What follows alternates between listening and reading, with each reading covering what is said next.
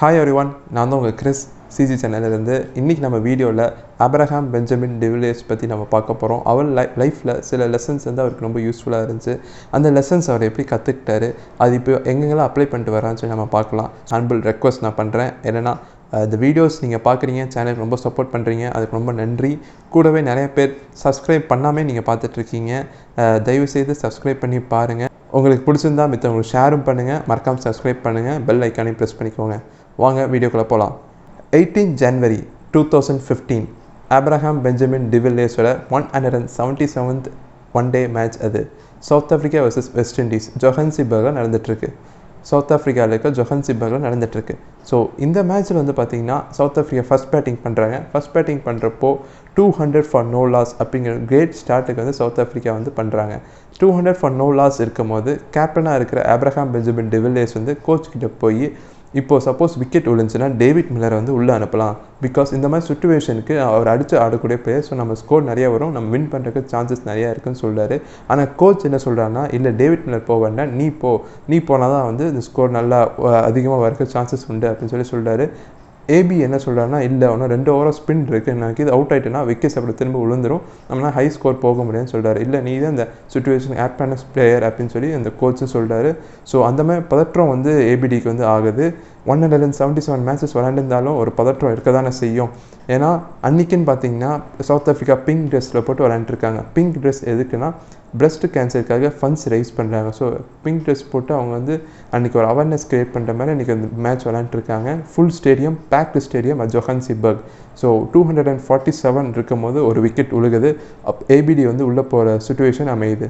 APD வந்து பெவிலியன்லேருந்து பிச்சுக்குள்ளே போகிறப்போ ஒரு பயங்கரமாக ஒரு ஓவர்வெல்ம்ட் ஆகிறாரு. பிகாஸ் அவர் நினச்சி பார்க்குறாரு, எப்படி நம்ம சுச்சுவேஷன், நம்ம கேரியர் எப்படி நம்ம ஸ்டார்ட் ஆகுது, நம்ம சவுத் ஆஃப்ரிக்கா டீமுக்குள்ளே ஜாயின் பண்ணது, இப்போ கேப்டன் பண்ணுற அளவுக்கு வரைக்கும் வந்து இன்றைக்கி நம்ம 177th மேட்ச் ரெப்ரசென்ட் பண்ணுறதுக்கு ஒரு சான்ஸ் கிடச்சிருக்குன்னு சொல்லி அது பலசெல்லாம் நினச்சி பார்த்துட்டே போகிறாரு. ஆனால் இப்போ அது நினச்சி பார்க்குறது டாஸ்க் கிடையாது, அடித்து ஆடக்கூடிய மேட்ச் தான் இது. ஸோ நம்ம அடிக்கிறது தான் மெயினான ஃபோக்கஸ் சொல்லி பேட்டிங்கில் அவர் கான்சன்ட்ரேட் பண்ண ஆரம்பிக்கிறாரு. அங்கே அவருக்குள்ளே சேர பார்ட்னர் வந்து பார்த்திங்கன்னா ஹாஷிம் ஆம்லா.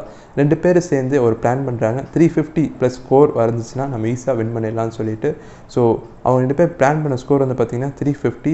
ஏபி உள்ளே போனோடனே அந்த பிளான் பண்ணதுக்கப்புறம் சொல்கிறாரு, ஹாஷிம் ஆம்லா நீங்கள் வந்து நிறையா பால்ஸ் வந்து நீங்கள் ஃபேஸ் பண்ணுங்கள், நான் செட்டில் ஆகிற கொஞ்சம் டைம் ஆகும், ஸோ நீங்கள் ஃபேஸ் பண்ணுறப்போ நான் செட்டில் ஆயிடுவேன், அதுக்கப்புறம் நான் அடிச்சு ஆடுறேன்னு சொல்கிறாரு. பட் நடந்ததே வேறு.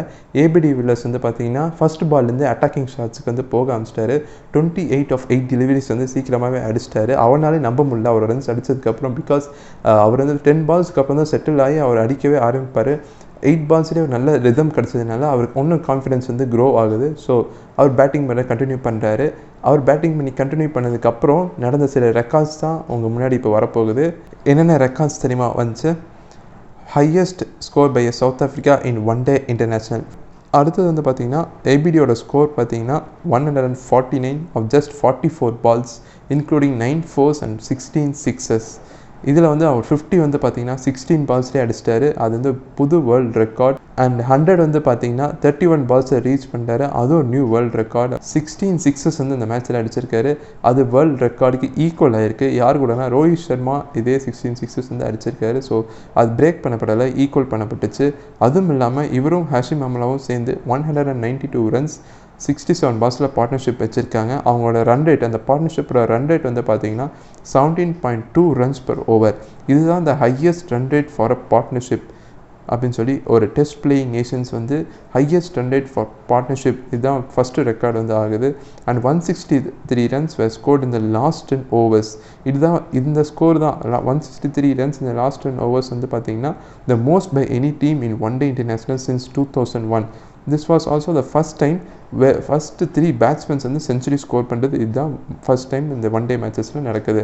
ஒரு பயங்கரமான ரெக்கார்ட்ஸ் எல்லாம் க்ரியேட் பண்ணுறாரு ஏபிடி வில்லர்ஸ் இந்த மேட்ச் மூலயமா. Fastest century, fastest of century and then highest team score for south Africa. இது எல்லாமே ஒரே மேட்ச் நடக்குது. ஏபிடி வில்லர்ஸ் வந்து அதுக்கு மிகப்பெரிய ஒரு பகுதியாக இருக்கார். இப்போ நீங்கள் நினைக்கலாம், இதுக்கும் ஏபி ஸ்டோரிக்கும் என்ன சம்மந்தம்?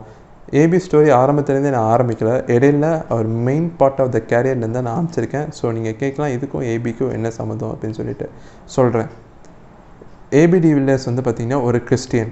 அவரோட ஆட்டோபயோகிராஃபிலே அவர் மென்ஷன் பண்ணியிருக்காரு, நான் வந்து ஒரு கிறிஸ்டியன். இதை நான் சொல்கிறதுக்கு நான் வெட்கப்பட மாட்டேன் அப்படின்னு சொல்லி இந்த ஆட்டோபயோகிராஃபியில் அவர் மென்ஷன் பண்ணியிருக்காரு. ஸோ நிறைய பேர்த்துக்கு வந்து அது ஹர்ட் ஆகலாம். இருந்தாலும் நான் கிரைஸ்டோட ஃபாலோவர்னு சொல்லி நான் சொல்கிறதுக்கு வெட்கப்பட மாட்டேன். என்னோடய சாதனைகள் எல்லாமே என் வாழ்க்கையில் ஜீசஸ் கிரைஸ்ட் என்ன பிளான் பண்ணி வச்சுருக்காரோ அதுதான் நடக்குது அப்படின்னு சொல்லி அவர் சொல்லியிருக்காரு. ஸோ நான் அடையிற எல்லா பெருமையும் வந்து என்னோடது கிடையாது, எல்லா பெருமையும் அவருக்கு உரியது அப்படின்னு சொல்லி ஏபிடி வில்லர்ஸ் இந்த புக்கில் வந்து மென்ஷன் பண்ணுறாரு. ஏன் அவர் இப்படி சொல்கிறான்னு சொல்லி 2 இன்சிடெண்ட் வந்து இந்த புக்கில் வந்து மென்ஷன் பண்ணியிருக்கு. அந்த 2 இன்சிடெண்ட் பற்றி நம்ம இப்போ பார்ப்போம். ஏபிடி வில்லர்ஸ் வந்து பார்த்திங்கன்னா 10 வயசு இருக்கும் போது அவங்க ஃபேமிலி கூட ஒரு ட்ரிப் போயிட்டு வந்தார். சண்டே ட்ரிப் போயிட்டு வீட்டுக்கு ரிட்டர்ன் ஆகிற சமயத்தில் இவர் வந்து பார்த்திங்கன்னா காரோட டிக்கி இருக்குல்ல, டிக்கியில் வந்து படுத்துட்டு வந்துட்டுருக்காரு. அவருக்கு 2 அண்ணா இருக்காங்க, அப்புறம் அப்பா அம்மா. ஸோ இவர் மட்டும் தனியாக வந்து டிக்கியில் வந்து படுத்துட்டு வர்றாரு. இவர் டிக்கியில் படுத்துட்டு வரும்போது ஒரு மாதிரி லோன்லியாக ஃபீல் ஆகுது, ரொம்பவே பயப்படுறாரு.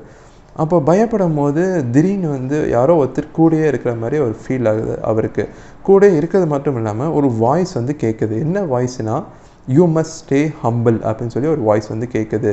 ஏன் ஸ்டே ஹம்பிள் அப்படின்னு சொல்லி யோசிச்சிங்கன்னா, ஏபிடி வில்லர்ஸ் 10 இயர்ஸ் ஆஃப் ஏஜ் இருக்கும் போதே அவர் ஸ்கூலில் இருக்கிற எல்லா ஸ்போர்ட்ஸ் டீமுக்கும் வந்து அவர் கேப்டனாக இருந்திருக்காரு. எல்லா ஸ்போர்ட்ஸ் டீம்லேயும் அவர் வந்து பேர் இருக்கிறது மட்டும் இல்லாமல் கேப்டனாகவும் இருக்கார். ஸோ ஒரு மிகப்பெரிய ஒரு ஸ்போர்ட்ஸ் பிளேயராக ஏஜ் 10லேயே வந்து அவர் வந்து ஸ்கூலில் இருக்கிறாரு. ஸோ அவ்வளோ பெரிய ஆளுக்கு வந்து பெருமை வந்து ரொம்பவே நிறைய பேத்துக்கு இருக்குல்ல. ஸோ அந்த மாதிரி இருக்கிற சமயத்தில் தான் கடவுள் சொல்கிறாரு, you must stay humble spite of all the things that you have been provided with. So ABD வில்லர்ஸ்க்கு வந்து அப்போது ஒரு ஜீசஸ் கிரைஸ்ட் பேசின இன்சிடெண்ட் வந்து நடக்குது. அதுக்கப்புறம் 14 இயர்ஸ்க்கு அப்புறம் ஏபிக்கு 24 இயர்ஸ் ஆஃப் ஏஜ் இருக்கும் போது சவுத் ஆஃப்ரிக்காவுக்கு வந்து விளையாடுறாரு. டீமில் செலக்ட் ஆகிறாரு. எல்லோரும் ஆஸ்திரேலியா டூர் போகிறாங்க. ஆஸ்திரேலியா டூர் போகும்போது சவுத் ஆஃப்ரிக்கா வந்து ஆஸ்திரேலியா கூட இருக்க டெஸ்ட் சீரிஸ் வந்து வின் பண்ணுறாங்க. இந்த டெஸ்ட் சீரிஸ் வின் பண்ணுறதுக்கு செலிப்ரேட் பண்ணுறதுக்காக எல்லோரும் பார்ட்டிக்கு போகிறாங்க. பார்ட்டிக்கு போகும்போது இவர் ஓவராக ட்ரங்க் ஆகிடுறாரு. ட்ரங்க் ஆகி வந்து அவருக்கு அந்த சுயநினைவே இல்லாமல் போயிடுது. சுயநினைவு இல்லாமல் வந்து பார்த்திங்கன்னா நைட் ஃபுல்லாக தூங்காமல் ஹோட்டல்லே இருந்துட்டு ஒரு மாதிரி மயக்க நிலைமையிலே அவர் இருந்திருக்காரு. பட் அடுத்த நாள் வந்து பார்த்திங்கன்னா சில ஆஸ்திரேலியன் கிரிக்கெட்டர்ஸ் வந்து அவர் ஃபிஷிங்க்கு வந்து கூப்பிட்ருக்காங்க. ஸோ ஃபிஷிங்காக போகணும்னு சொல்லிட்டு நைட்டு தூங்காமே அவர் வந்து பண்ணியிருக்காருன்னா ஃபிஷிங் போயிருக்காரு. போட்டில் ஏறின உடனே சிட்னியில் ஒரு ஹார்பரில் வந்து போட்டில் ஏறி ஃபிஷிங் போயிட்டு இருக்கும்போது அவருக்கு மறுபடியும் அந்த 10 வயசு இருக்கும் போது என்ன நடந்ததோ திருப்பி நடக்குது. ஒரு விதமான பயம், ஒரு லோன்லினஸ் வந்து திரும்ப அவருக்கு வந்து உணரப்படுது. உடனே அவர் என்ன பண்ணுறாருன்னா, நான் தனியாக மேலே இருக்கணும்னு சொல்லிட்டு மேலே ஓடி போயிடுறாரு. அவர் மேலே ஓடி போகும்போது அங்கே போய் படுத்துடுறாரு. அவனால் உட்கார கூட முடியல. ஏன்னா அவ்வளோ ஒரு டிசீனஸ் அவருக்கு வந்து இருக்குது. சிக்னஸ் வேறு கூட இருக்கிறனால அவரால் போட்டில் பயணிக்கவே முடியல. அப்படி இருக்கும்போது என்ன ஆச்சுன்னா, அழுக ஆரம்பிச்சிடுறாரு. அவர் பார்த்து தனியாக உட்காந்து அழுக ஆரம்பிச்சார். அவர் அழுதுட்டு இருக்க சமயத்தில் ஒரு வாய்ஸ் வந்து கேட்குது. What on earth to you think you are doing? Who on earth to you think you are? Some kind of hot shot international cricketer scoring runs and winning test series with the Proteas, thinking you was special, getting drunk too often, taking yourself too seriously. You need to stay humble. You need to make time for the people who are close to you, and you need to be appreciate what you have been given. So ABD வில்லர்ஸ்க்கு சின்ன வயசாக இருக்கும் போது ஞாபகப்படுத்தப்பட்டது you must stay humble. ஒரு professional cricketer ஆனதுக்கப்புறமும் பல சாதனைகள் ஆரம்பிக்க ஸ்டேஜ்லேயும் அவருக்கு வந்து ஒரு நினைப்பூட்டுதல் வருது, you must stay humble. So அந்த வாய்ஸை கேட்டோன்னே ஏபிடி வில்லர்ஸ்னால அவரோட ஹார்ட் வந்து அப்போவே வந்து ப்ரோக் ஆகி அவர் உண்மையான ஒரு ரெப்பன்டன்ஸ் பண்ணுறாரு. அன்னிலேருந்து பார்த்திங்கன்னா அவருக்கு எந்த ஒரு மகிமை, எந்த ஒரு சாதனை பண்ணாலுமே பார்த்திங்கன்னா அவர் பெருசாகவே அழட்டிக்கவே மாட்டார். எல்லா மகிமையும் வந்து பார்த்திங்கன்னா கடவுளுக்கே அவர் வந்து செலுத்துவார். அந்த இன்சிடெண்ட் 24 இயர்ஸ் ஆஃப் ஏஜில் இருக்கும்போது நடந்த இன்சிடெண்ட் நடந்த உடனே அவர் உடனே சிட்னியில் ஹோட்டலுக்கு போயிட்டு அவங்க அப்பா அம்மாவுக்கு கால் பண்ணி, அப்புறம் அவங்க ஃப்ரெண்ட்ஸ், ஃபேமிலி ஃப்ரெண்ட்ஸ், அவங்க கூட படித்த ஃப்ரெண்ட்ஸ் எல்லாத்துக்கும் கால் பண்ணி அவங்கள எவ்வளோ நேசிக்கிறேன் அப்படின்னு சொல்லி சொல்கிறாரு. ஸோ இப்படிப்பட்ட ஒரு டேர்னிங் பாயிண்ட் வந்து ஏபிடி வில்லர்ஸ் ஏஜில் 24 இயர்ஸ் ஆஃப் ஏஜ் இருக்கும்போது நடக்குது. 2 இன்சிடெண்ட் நடந்துச்சு. அதாவது 3rd இன்சிடெண்ட்டில் வந்து இப்போ நான் ரிலேட் பண்ணுறேன். அவ்வளோ ரெக்கார்ட்ஸ் பண்ணி வந்து பார்த்திங்கன்னா அவர் ரொம்ப ஹம்பிளாக தான் இருந்தார். ஹம்பிளஸ்ட் கிரிக்கெட்டர் இந்த world, one of the humblest cricketers இந்த வேர்ல்டில் வந்து பார்த்திங்கன்னா ஏபிடி வில்லர்ஸும் ஒன்று தான். அவருக்கு ஃபேன்ஸ் உலகமெங்கும் இருக்காங்க. அவருக்கு ஹேட்டர்ஸே கிடையாது. சில கிரிக்கெட்டர்ஸ் தான் ஹேட்டர்ஸே இருக்க மாட்டாங்க, அதில் ஏபிடி வில்லர்ஸும் ஒருத்தர். ஸோ அப்படி ஒரு வாழ்க்கையை தான் ஏபிடி வில்லர்ஸ் வந்துட்டுருக்காரு. எந்த ஒரு சாதனையும் தனக்குன்னு எடுத்துக்க மாட்டார். எல்லாமே கடவுள் தன் வாழ்க்கையில் என்ன செய்யணும்னு வச்சுருக்காரோ அது அவர் வாழ்க்கையில் செய்கிறாரு அப்படின்னு சொல்லி அவர் பிலீவ் பண்ணுறாரு. ஸோ நம்ம வாழ்க்கையிலையும் அதே மாதிரி தான். கடவுள் நம்ம ஒவ்வொருத்தர் வாழ்க்கைக்கும் ஒவ்வொரு சித்தம் வச்சுருப்பார். அது நம்ம என்னன்னு தெரிஞ்சுக்கணும். அதுக்கான டைம் நம்ம அலோகேட் பண்ணணும். கடவுள்கிட்ட கேட்கணும். கேட்டால்னா கடவுள் நம்ம வாழ்க்கையில் என்ன செய்யணும்னு நினைக்கிறாரோ அதை நம்ம கண்டிப்பாக நம்ம மூலிமா செய்வார்.